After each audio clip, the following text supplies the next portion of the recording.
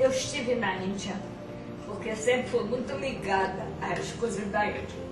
Então, trabalhei para conseguir verba para poder ir lá conhecer e tudo.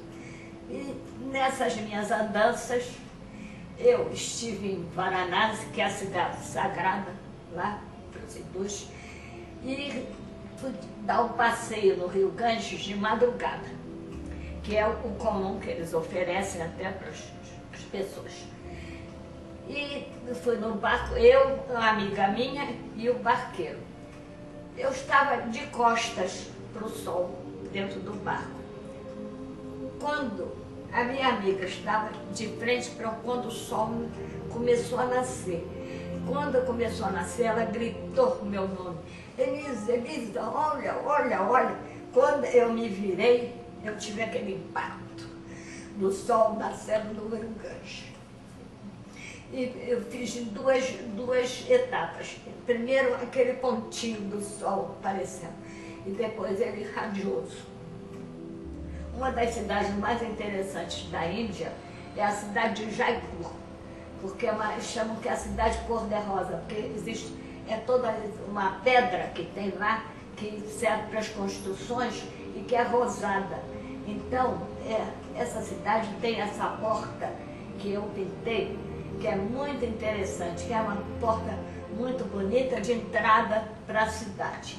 E eu procurei fazer diversos aspectos da vida do cotidiano dos indianos. Então temos andando de bicicleta, isso aqui é um táxi pequenininho, que só vão 2 pessoas, é um táxi mais em conta.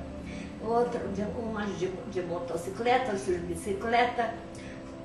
Na Índia, as mulheres não andam sozinhas na rua, sempre ou com o pai, com o marido ou com o irmão.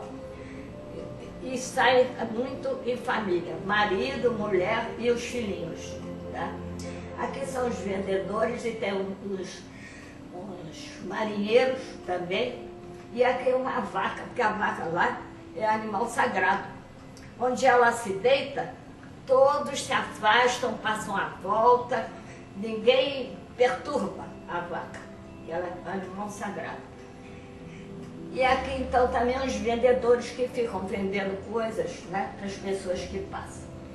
E aqui é para os veículos, e aqui essas menores para as pessoas passarem.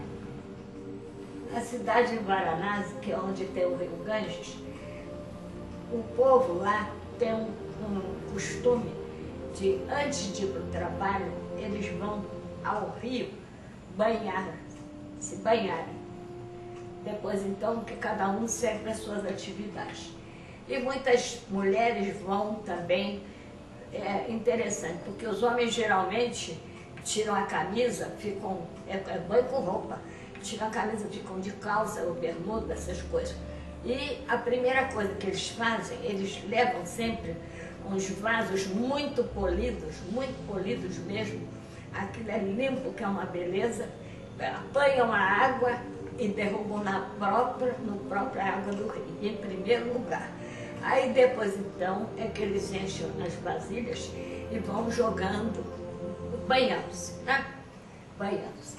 E as mulheres também fazem a mesma coisa, com os vasos muito polidos, ou de cobre, ou de metal, elas jogam primeiro na água, depois vão banhando-se. Então aqui eu fiz esse grupo, né, de moças banhando-se na beira do Rio Ganges, e aconteceu que depois que eu pintei, eu achei que essa do meio, a personagem principal, ficou muito parecida com a deusa Lakshmi, pelas estampas que eu tinha.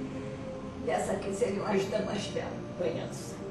Em 2005, eu fiz uma exposição documentária sobre o Tibete, que eu sempre também pendi muito por aquela civilização. Então, eu comecei a estudar, verificar, resolvi ver que lá monges andam por todo lado, E tem instrumentos musicais muito interessantes, os quais eu procurei retratar, né? Os instrumentos longos e tal. Então fiz essa cena de rua. Aqui é o Lago Turquesa, no Tibete. Eu sempre tive vontade de ir ao Tibete, mas embora eu tenha estado no Nepal, bem próximo, 1h30 dentro de um lago que tem no Nepal para lá para o Tibete, mas aí eu não pude ir porque os chineses fecharam a fronteira aos estrangeiros. Mas esse lago Turquesa é uma coisa muito, muito linda, muito mesmo, e que eu, em meditação, já estive lá.